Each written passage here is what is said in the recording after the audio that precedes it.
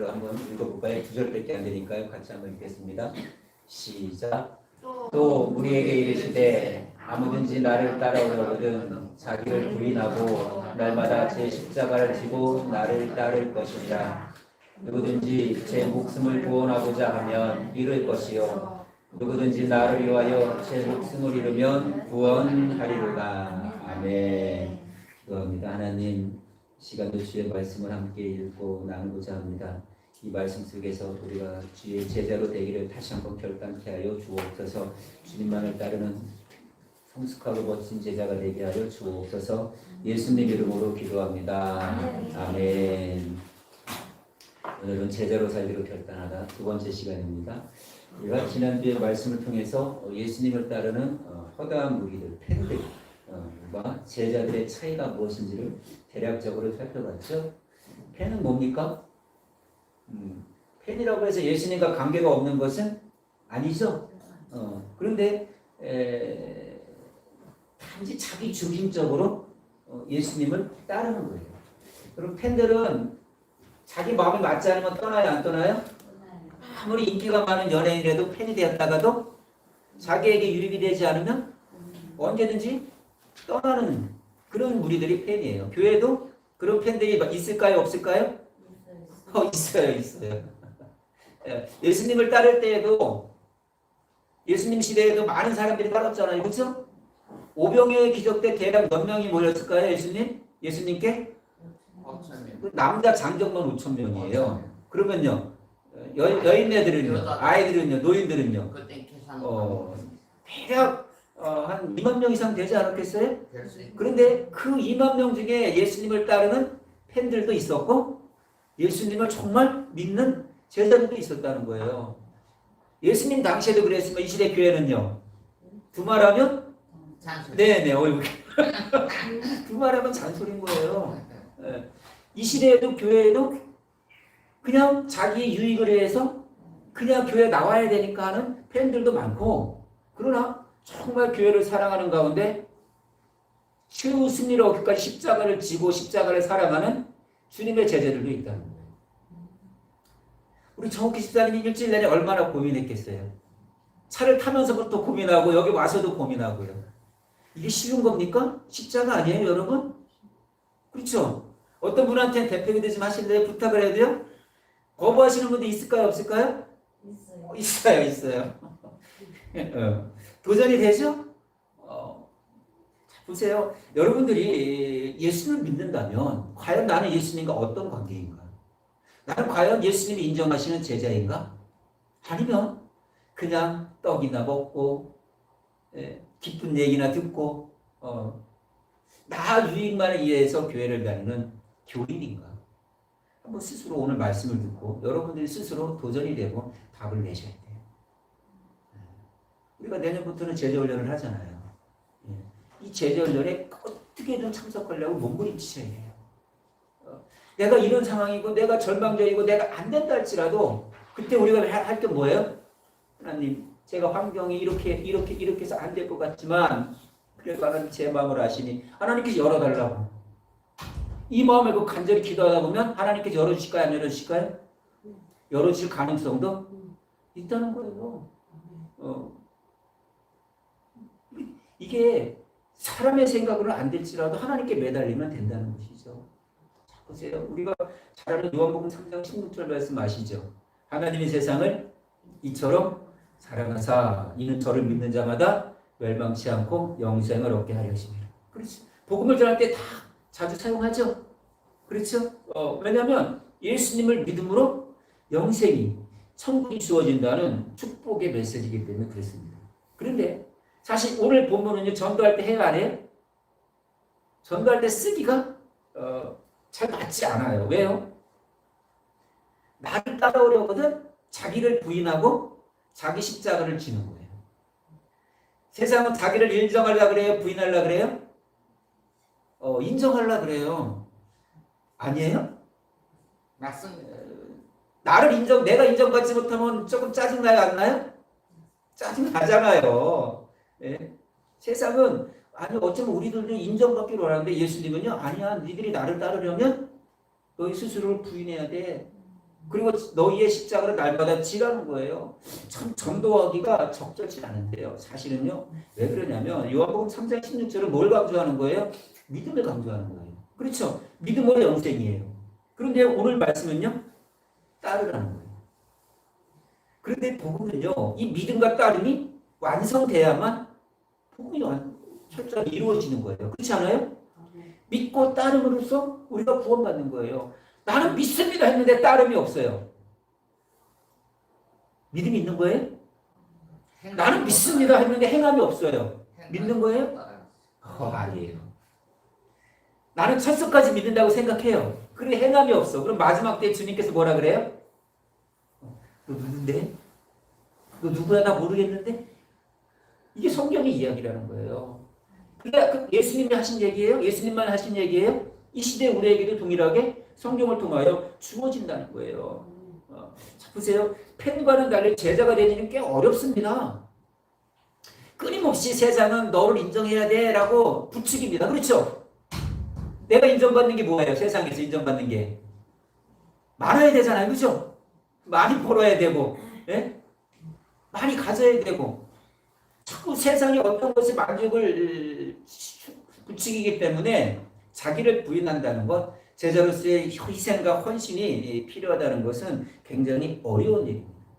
그런데요, 이런 제자로서의 부르심은 예수님께서는 특별한 사람을 부르시지 않았다는 것입니다. 오늘 성경에 보면 뭐라 그래요? 아무든지입니다. 그렇죠? 예수님의 제자로 따르려면 어떤 특별한 사람이 아니라 아무든지 자격이 없어요. 모든 사람에게 초대장을 보냅니다. 나를 따라오고 싶니? 그 대신 그 조건만 얘기해 주는 거예요. 문제는 이거죠.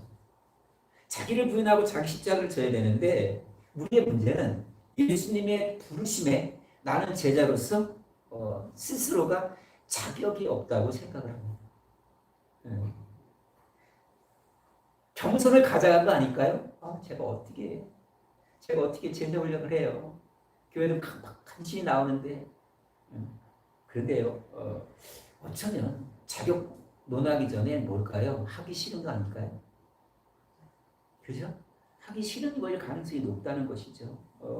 그러니까 주의 제자로서 희생하고 헌신하고 섬기고 배움의 자리에 있어야 되지만 그것이 힘들지라도 순종할 수 있는 비결은 뭡니까? 그 순종의 길이 축복이라는 것을 분명히 인정하기 때문에 우리는 그 길을 가야 할 수밖에 없는 것입니다. 성경을 보면요, 예수님의 제자 중에 특별한 인물이 하나 등장하는데 바로 마태입니다. 원래 마태의 이름은 레이입니다. 그리고 그의 이름 앞에 항상 뭐라는 수식어가 붙어요? 셀입니다. 셀. 그러니까 마태복음을 기록한 마태는 예수님의 제자는요, 원래 이름이 본명이 셀이고, 레이고 그의 직업은 셀입니다. 셀이가 뭐죠? 세금을 징수하는 사람이죠. 당시에 이스라엘이 로마의 지배 아래 있었고요. 로마에게 세금을 내야 되는데 이 세금을 걷는 사람들이에요. 그러니까 이스라엘 사람들에게 이 세리가 어떤 사람이에요? 우리로 얘기하면 이제 매국노죠. 매국노. 그렇죠? 세금을 걷어다가 로마에 바치니까. 그런데 정당하게 세금을 걷으면 얼마나 좋겠어요. 그렇죠? 100원 걷을 거 얼마 걷어요? 20여 원씩 걷어요. 그러니까 이스라엘 백성들이 굉장히 싫어했던 셀이라는 직업을 마태가 갖고 있었던 거예요. 그런데 예수님께서 가버나움에서 사역하시다가 마태를 부르시는 자입니다. 그리고 마태가 그 부르심에 순순히 따라요. 마가복음 2장 14절에 뭐 이렇게 얘기합니다. 또 지나가시다가 알페오의 아들 레이가, 마태입니다. 레이가 세간에 앉아 있는 것을 보시고 저에게 이르시되 나를 쫓으라 하시니 일어나 쫓으리라. 세간에 앉아 있는 세리 마태를 예수님께서 부르시는데요. 예수님이 부르심에 마태가 따릅니다. 레이가 어떤 뜻인지 아세요, 여러분? 레이는 야곱의 12 아들 중에 하나고요. 12지파 중에 한 지파인데 레이는 하나님과 연합이라는 뜻이에요. 그리고 레이인들의 직분이 뭐예요? 제사장의 직분이고 또 이스라엘 백성들이 예배 드릴 때 섬기고 또 각 지파별로 흩어져서 성경을 가르치는 그런 지도자에 위치해 있는 사람들이 바로 레이인들이에요. 그러니까 마태도 레이 지파 사람인 거예요. 그런데 그가 세간에 앉아 있는 거예요. 그게 이름답게 살지를 못한 거예요.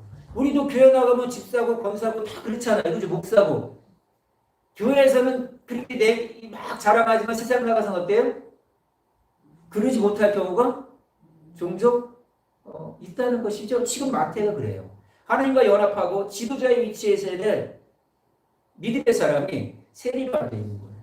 그런데 다행히도 이 레위의 이름이 예수님을 만나고 바뀝니다.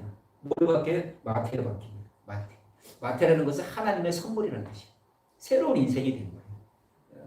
그런데 이 마태에게는요, 그의 삶의 큰 어려움이 뭐예요? 레위인처럼 살지 못했고 종교 지도자처럼 살지 못했고 그건 하는 일이 너무 세속적인 일이에요. 세상 일에 얽매였던 거예요. 그런데 어느 날 예수님께서 이 마태를 부르십니다. 그리고 이 마가복음 2장 뒷이야기를 보면은 이 세간에 있는 이 마태가 일어나서 예수님을 따르고요. 예수님이 마태의 집으로 초청을 받습니다. 그리고 예수님과 당시 따르던 제자들과 마태와 마태의 주변에 있는 세리들, 악한 자들 다 모여서 함께 식사를 합니다. 사실 이방인들과 유대인들이 식사하는 것은 뭐예요? 부정해집니다. 그래서 잘 식사를 하지 않아요. 그런데 세리로 그렇게 경멸받던 세리와 함께 악인들과 함께 식사를 하는 곳에 주변 사람들이 굉장히 놀랐을 것이고요. 또 예수님을 따르는 베드로나 요한이나 이런 제자들도 나름대로 마음에는요 상당히 스크래치가 아니까 상처가 됐을 거예요. 그렇죠? 아니 무슨 세리가 우리 제자 대열에 껴? 말도 안 되는 거야. 분명히 그럴 수도 있었던 거예요. 그러나 기억하세요. 하나님의 부르시는 차별이 있어요? 없어요? 없어요. 여러분이 이 자리에 앉아서 예배드리는 것도 하나님의 큰 은혜인 거예요. 많은 사람들이 다 세상을 향해서 세상의 방식대로 살지만 그러나 여러분들은 하나님께서 구원하셨다는 것이죠.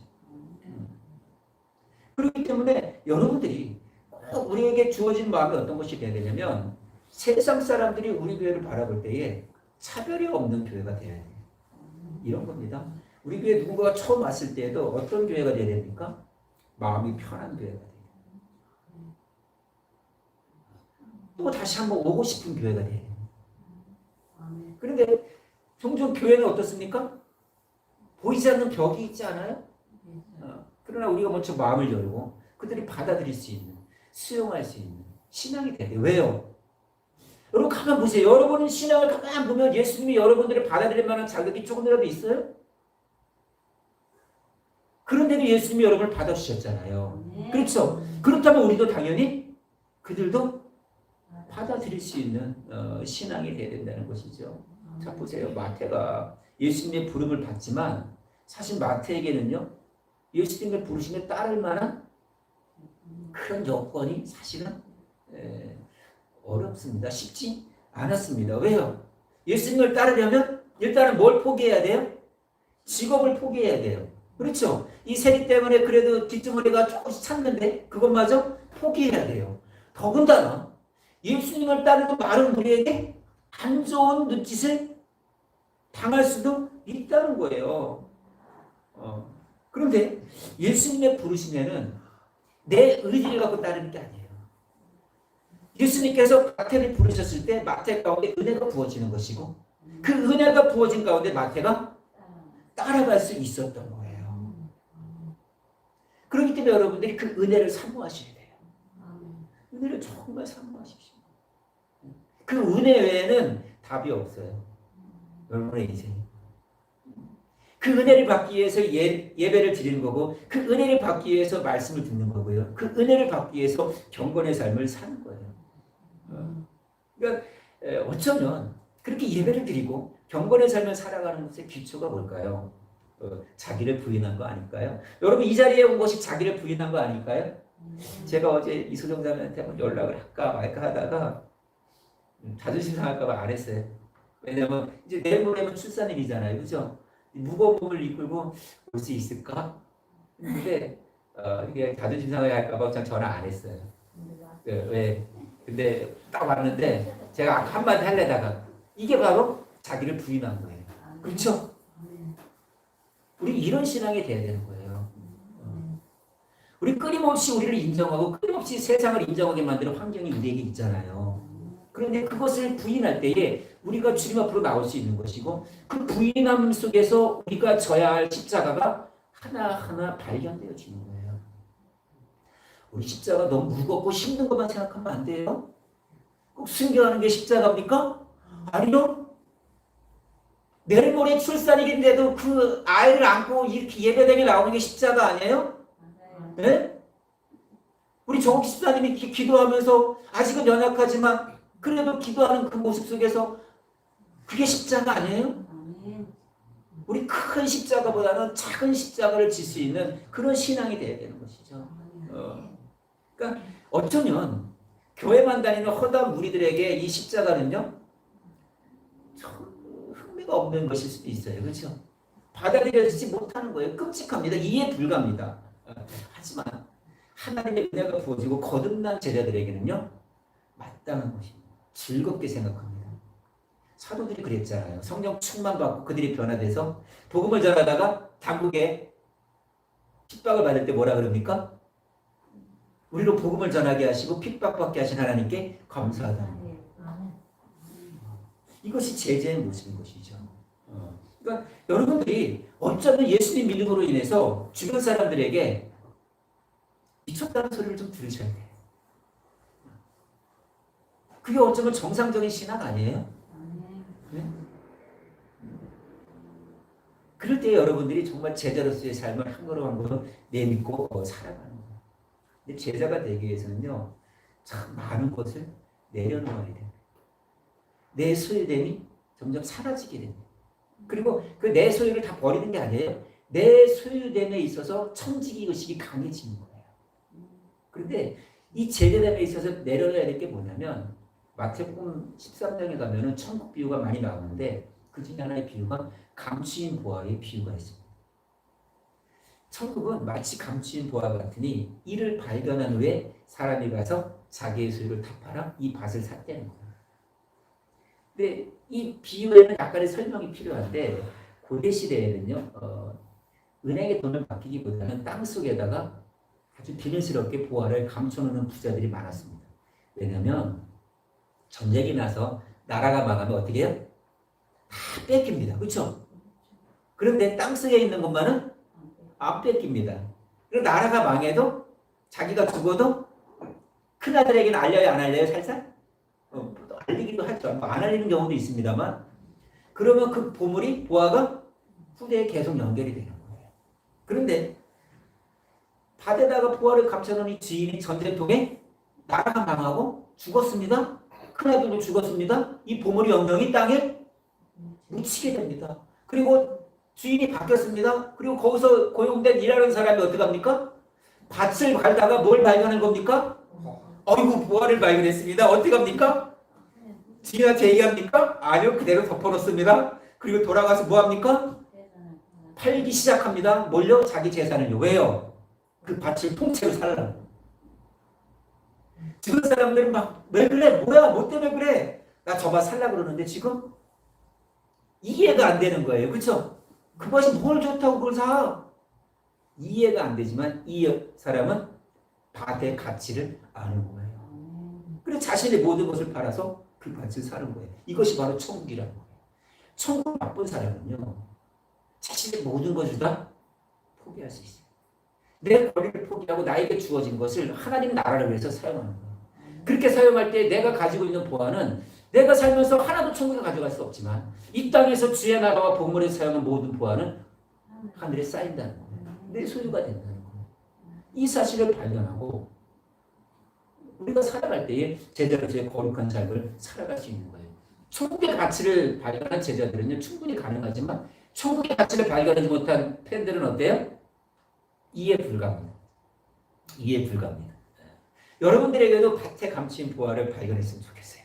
그리고 그 보화 때문에 기뻐하는 마음으로 하나님 앞에 헌신하고 섬기기 시작할 때에 하나님 나라에서뿐만이 아니라 이 땅에서도 여러분들에게 풍족한 삶을 하나님께서 허락하신다는 거예요. 여호와는 나의 목자시잖아요. 그렇죠? 그 다음이 뭐예요? 내가 부족함이 없는 거예요. 내가 부족함이 없을 땐 여호와를 나의 목자로 인정하는 가운데 내가 뭐가 돼야 되는 거예요? 양이 돼야 돼요. 양은 뭐예요? 목자가 이끌고 가는 대로 가는 거 아니에요. 근데 문제는 뭐예요? 하나님 나는 양은 되기 쉽고요. 목자만 돼주세요. 좀 당혹스러운 거 아닙니까? 어쩌면 예수님 나는 제자가 되지는 않긴 않아요. 그냥 따라다니면서요. 덕이나 좀 볼게요. 이런 모습은 주님께서 기뻐하시지 않는다는 것이죠. 여러분들이 주님의 제자라면 자기를 부인하고 자기 십자가를 진다면 여러분들이 정말 거듭났다면 여러분의 삶의 모습이 변화되는 거예요. 여러분의 삶의 모습이 거룩한 마음, 진실한 마음, 거룩한 행실로 끊임없이 드러나야 되는 것이고 그 드러나는 모습을 통하여 나타내는 행실이 성경은 뭐라 그래요? 사도 요한은 뭐라 그래요? 하나님을 사랑하는 것이라고 그래요.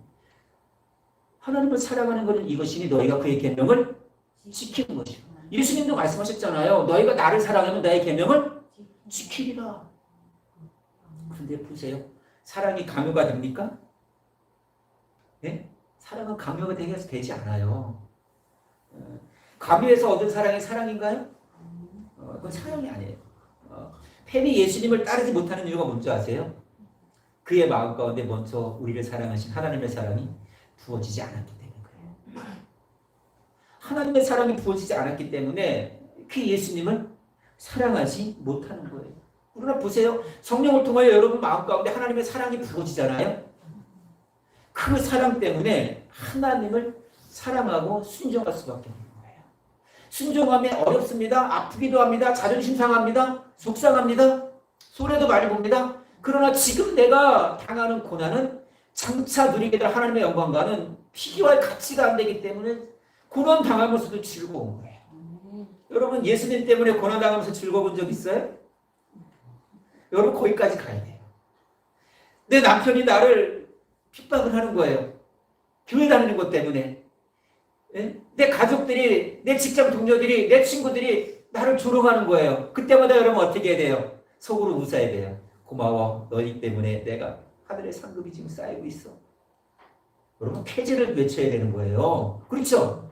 거기서 멈춰야지. 같이 다투고 싸우면 돼요? 안 돼요? 안 되는 거예요. 내가 예수님 때문에 지금 이런 어려움을 당한다는 것으로 뿌듯함을 느끼십시오. 누군가가 옆에서 당신이 믿는 예수님 때문에 막 욕을 하잖아요. 그가 복음을 전하는 거 아닐까요? 그렇죠? 그가 예수님 얘기하는 거 아닐까요? 그때 여러분들이 어떻게 되는 거예요? 예수님이 어떤 분이신지를 여러분들이 인내로, 참음으로, 즐거워함으로 확증시켜주는 거예요. 이것이 우리가 제자됨의 삶의 모습이라는 것이죠. 정말 제대로 사는 사람들은요, 조금 그의 삶에 변화가 일어납니다. 제자들은요, 뭐 탤런트가 많고 능력이 있고 뭐 이걸 잘하고 저걸 잘하고 물론 제자일 수 있어요. 그런데 이 참된 제자들은요, 그의 삶에 새로운 욕구가 자꾸 일어납니다. 하나가 뭐냐면 그의 마음에 거룩해지려는 욕구가 순간순간 일어납니다. 예수님 믿기 이전에는 세상 방식대로 살았습니다. 그러나 예수님을 믿고 나면요, 세상 방식이 싫어지는 거예요. 여러분 세상 방식은 하나님을 인정해요? 안 해요? 하나님 빼고 얘기해요. 세상은요.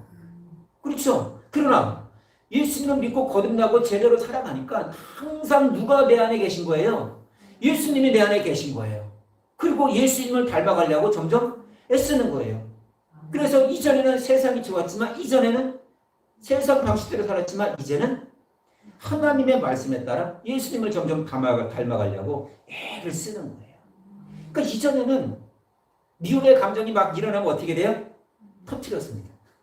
그래야 시원하니까. 그런데 이제는요, 내 안에 미움의 감정이 막 일어나면 어떻게 하는 거예요? 참는 거예요. 주님도 참으셨으니 저도 참겠다는 거예요. 주님처럼 온유함으로 참는 거예요. 왜요? 나를 부인하기 때문에. 왜요? 나의 십자가를 내가 지기 때문에. 그러니까 여러분들의 마음 가운데 삶의 어떤 행동 양식에서 자꾸 거룩함이 묻어나는지 한번 고민해 보세요. 그런 거룩함이 일어날 때 참된 제자의 모습인 거예요. 또 참된 제자에게는요, 세상의 어떤 욕구보다도 하나님의 영광에 대한 갈망이 있어요. 내가 어떤 일을 함에 있어서도 내 만족이나 내 기쁨이 아니라 하나님께서 영광 받으시기를 굉장히 원하는 거예요. 그러니까 그에게 살아주거나 삶의 목적이 아버지께 있어요. 하나님께 있어요. 하나님 나라와 복음을 해서 어떤 가치도 세상의 어떤 가치도 그렇게 흔들리지 않아요. 물론 하나님의 영광을 위해서 모든 일을 행함에 있어서 그것이 결코 쉽지만은 않아요. 그럼에도 불구하고 여러분의 삶의 목적을 하나님께 영광을 두십시오. 내가 어떤 일을 하고 내가 이런 일을 하고 내가 이렇게 교회를 섬기고 여러 가지 일을 했다 할지라도 그것이 나의 자랑이 아니에요. 나의 만족이 아니에요. 나의 기쁨이 아니에요. 다 하나님께 영광이라는 고백이 여러분 입술에서 나와야 돼요. 근데 왜 하나님의 영광보다는 나의 욕구를 찾는 방식이 어떻게 나타나는 줄 아세요? 교회가 내가 이렇게 하는 일에 알아주지 않을 때는요 참 서운해합니다. 여러분 이거 누구한테 영광이 돌려지는 거예요? 서운한 마음이 들고 알아주지 않을 때 마음이 속상할 때는요 어쩌면 하나님의 영광보다는 나의 욕구를 더 찾는 것이죠. 그러니까 여러분들이 어떤 일을 해도 여러분의 삶의 주제가 하나님께 영광이 되시길 바라요. 그럴 때 그게 참된 제자의 모습인 것이죠. 또 제자는요 모든 상황을 하나님의 관점에 따라 분별하고 판단합니다. 내가 아픈 것도 내가 이렇게 어려운 것도 내가 이렇게 고통을 당하는 것도 여러 가지 문제를 하나님의 관점에 따라 분별합니다. 그리고 판단합니다. 그리고 그 고난의 십자가를 즐거이 지려고 헌신합니다. 모든 것을 예수님의 관점에 따라 바라보는 사람들은 생각이 달라져요. 그렇죠? 아프신 분들 있잖아요. 내가 왜 이렇게 아프지? 나는 이 관점을 세상의 원리에 따라 헤매고 다녀봤자 답 나와요? 안 나와요? 답 안 나와요. 내가 아픈 것은 결국은 하나님께서 나에게 하나님을 바라보고 하나님을 의지하라는 믿음의 사인이라고 해석하고 생각한다면 어떻게 돼요? 달라지죠. 아프다고 교회 못 나옵니다. 그렇죠? 그러나 그 아픔 속에서 어떤 마음을 가져야 됩니까? 내가 아프더라도 아픔 가운데 하나님 앞에 나와서 기도하고 하나님께 매달리고 의지하는 그 심령을 그 믿음을 더 원하시는 것이라고 생각한다면 어떻게 해야 돼요? 그리고 교회 나와서 함께 기도하고 나를 위해서 기도해주는 목회자의 손을 바라는 마음으로 왔을 때 그 믿음이 더 성장하는 것 아닐까요? 그러니까 여러분들이 주어진 여러 가지 환경을 하나님으로 해석하고 하나님으로 이해하십시오. 그렇잖아요. 아버지가 우리 어렸을 때 막 매를 들잖아요. 그죠? 아프죠? 제가 어렸을 때 아버지한테 매를 많이 맞았어요. 우리 때는 그랬어요. 지금 때리면 안 돼요. 큰일 나요. 왜냐면 지금 애들 때리면 뭐예요? 112로 바로 전화하는 시대잖아요. 그죠? 야, 때리면 안 돼요. 근데 저 어릴 때는요? 야, 막 도망가면서도 맞았어요, 저는. 우리 아버지한테. 그만큼 제 어렸을 때는요, 그렇게 자랑할 것은 없어요. 하나님의 은혜인 거예요. 그런데요, 물론 그때 감정도 있었겠지만, 지금은 아버지가 돌아가시고 나니까 그때 매 맞을 때가 그리워지는 거예요. 뭘 깨닫기 시작하는 거예요? 그때는 막 도망가면서 막 그랬지만, 지금은 아버지의 매가 그리워지는 거예요. 왜요? 아버지의 사랑을 우리 어머니도 여기 앉아 계시지만 우리 어머니도 종종 막 저한테도 얘기를 해요. 큰 소리 치고 할 때도 있어요. 근데 그게 저는요 감사해요. 그렇게 말을 못하는 어머님들 참 많잖아요. 그죠? 여러분 자식들 앞에서 기를 팍팍 내세요. 그럴 만한 자격 있어요? 없어요? 있어요. 있는데 못해요? 왜 못해요? 부모를 공경하면 땅에서 잘 되고 장수하는 게 세상의 성경 말씀의 가르침이에요. 아멘. 근데 우리 아들들은 장성했으니까 못하죠. 할말은 없는데 자식들 예수 삶이라는 말뿐이 할 거 없어. 자식들 복받게 하기 위해서는요. 네. 당당하십시오. 그 말뿐이었어요. 당당하십시오. 아멘. 자 그리고요. 그러니까 참된 제자는요. 좀 삶의 방식이 달라요. 궁극적으로 뭡니까? 오늘 말씀에 의하면 자기의 권리를 포기하는 거죠. 자기를 부인하고 자기 십자가를 지고 날마다 주님을 따르는 거예요. 그러니까 자기를 부인한다는 건 자기를 인정하는 거예요? 안 하는 거예요? 인정하지 않는 거예요. 그러니까 자신이 모든 것을 잃고 손해를 보고 억울해진다고 해도 순종에는 예의 조항을 두지 않아요. 팬들은요 자주 하는 말이 뭐예요? 무엇 때문이에요. 그리고 자기가 하고 싶은 거 당당하게 요구해요. 말씀을 덮어가면서 이렇게 하겠다고 얘기해요. 그러나 정말 주님의 제자는요, 목사님 그럼에도 불구하고 하겠습니다. 제가 어렵습니다. 이렇게 하기가 어렵습니다만 그럼에도 제가 순종하겠습니다. 같이 기도해 주십시오. 이게 제자 아니에요? 그런데 뭐 때문에를 시작하면 답 나와요? 안 나와요? 답 안 나오는 거예요. 목회자가 억지로 끌고 갈 수 있어요? 예수님이 억지로 끌고 갔어요? 아니요. 아무든지 나를 따라오려거든 이에요. 억지로 끌고 가지 않았어요. 선택하게 하셨다는 거예요. 목회자의 심정도 마찬가지예요. 저는 여러분들이 믿음 안에서 바른 신앙 가운데 하루하루 성장하기를 원해요. 그런데 여러분들에게 필요한 건 뭐예요? 예수님은 나의 제 주님으로 주인으로 인정하는 거예요. 그리고 여러분들 스스로를 끊임없이 부인하는 거예요. 세상은 끊임없이 우리를 유혹합니다. 그러나 말씀은요 끊임없이 우리를 주님 품으로 이끌어 당깁니다. 여러분의 선택이 어디에 있어야 돼요? 세상에 있지 않고 주님 말씀에 있어야 되는 거예요. 우리 새벽마다 잠언 말씀을 읽잖아요. 그렇죠? 지혜의 말씀은 끊임없이 우리를 초청합니다. 그러나 음료는요, 세상의 유혹은요 계속 소근소근 됩니다. 여러분의 순간순간 선택의 결정에 따라 여러분이 제자로 사는지 여러분이 허다한 무리로 사는지가 결정이 된다는 거예요. 기억하세요. 자기를 부인하고 자기 십자가를 진다는 것은 자신의 소유의 어떤 것을 다 포기하는 차원이 아니에요. 어떤 부부가 은혜를 받고 결단됐습니다. 자기 자신의 모든 재산을 다 팔아서 하나님께 드리고 주님만을 섬기고 따르겠다는 거예요. 참 대단하죠. 그래서 다음날 교회를 가서 목사님한테 이렇게 얘기를 했더니 목사님이 이렇게 얘기하는 거예요. 그렇게까지 다 팔아서는 섬길 필요가 없습니다. 탁 얘기를 합니다. 여러분 어때요? 맞아요? 근데 이 부부가요 실망하는 마음으로 집에 돌아와서 얘기합니다. 이 목사님은 우리가 재산을 팔아서 하나님 앞에 드리고 헌신한다는 삶을 돈으로만 이해했지 우리 자신의 몸까지 드린다는 것까지는 이해하지 못했다고 판단합니다. 여러분들이 부인하고 스스로를 부인하고 십자가를 진다는 것은 여러분들의 어떤 소유를 내려놓는 게 아니에요. 여러분 스스로를 다 내려놓는 거. 그리고 여러분의 삶 가운데 주어진 모든 소유를 청지기로서의 삶을 살아가는 거예요. 그것이 자기를 부인하고 자기 십자가를 지는 거예요. 참 이 시대 십자가가 참 무색해지기도 하죠. 여러분 십자가가 쉽지는 않잖아요. 그죠? 십자가 어려운 거예요. 보세요. 예수님 당시에도 예수님께서 뭐라 그래요? 십자가를 지고 나를 따르라는 것이 무시무시한 얘기예요. 그렇죠? 지금으로 얘기하면 사형 방법의 하나예요. 십자가가. 그러니까 로마 당시에는 많은 사형 방식이 있었는데 여러분 그냥 쉽게 죽는 게 뭐예요? 단칼에 쫙 빼는 거예요. 끝나면 그게 얼마나 쉽게 죽어요. 근데 굳이 십자가에 달려서 죽게 하는 거예요. 여러분 십자가 형틀은요 한 3-4시간을 매달려 있었는 거예요. 거기서 그냥 물과 피를 다 흘리면서 서서히 죽는 거예요. 근데 이 십자가를 지금 쟤네들 보고 지라는 거예요. 그만큼 고통이 따른다는 것이죠. 여러분 제자로서 삶을 살기 위해서 여러분들에게 필요한 것이 이런 십자가예요. 주의 나라와 복음을 위해서 여러분들의 십자가를 한번 찾아보십시오. 주를 위한 십자가가 여러분 존재합니까?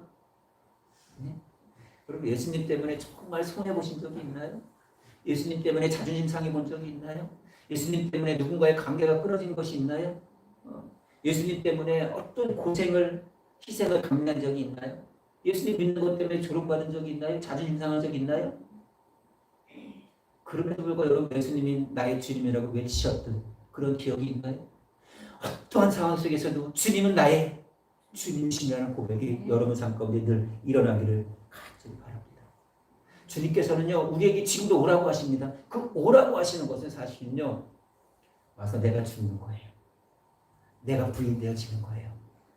내가 죽어야만 내 안에 그리스도를 사셔요. 내 안에 그리스도를 사심으로 내가 하나님의 아들을 믿는 믿음으로 살아갈 수가 있다는 것이죠. 십자가 절망적입니다. 그럼에도 불구하고 우리에게 희망이 되는 것은 뭐예요? 24절 보세요. 뭐라 그럽니까?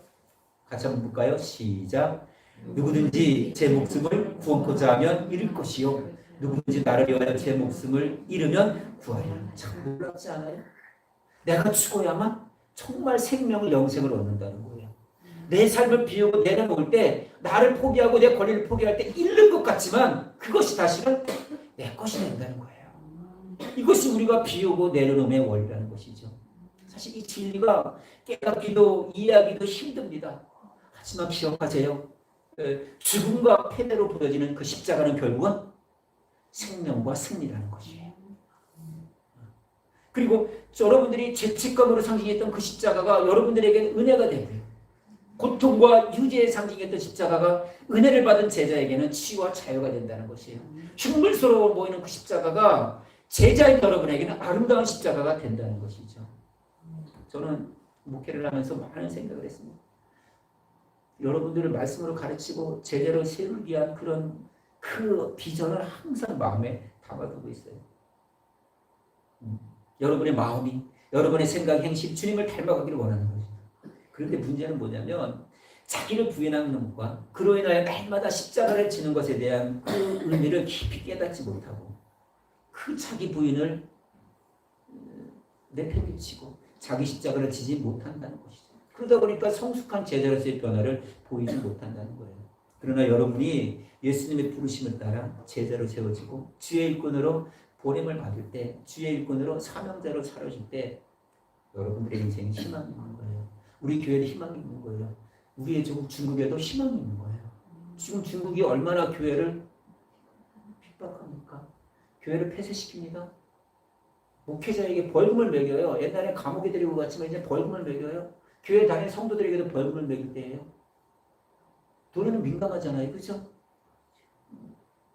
이런 어려운 상황 속에서 여러분들이 다른 신앙으로 세워져서 하나님 나라와 복음에 대한 훌륭한 제대로 세워진다면 우리에게와 우리 교회와 중국 땅의 교회와 모두에게 희망이 된다는 것이죠.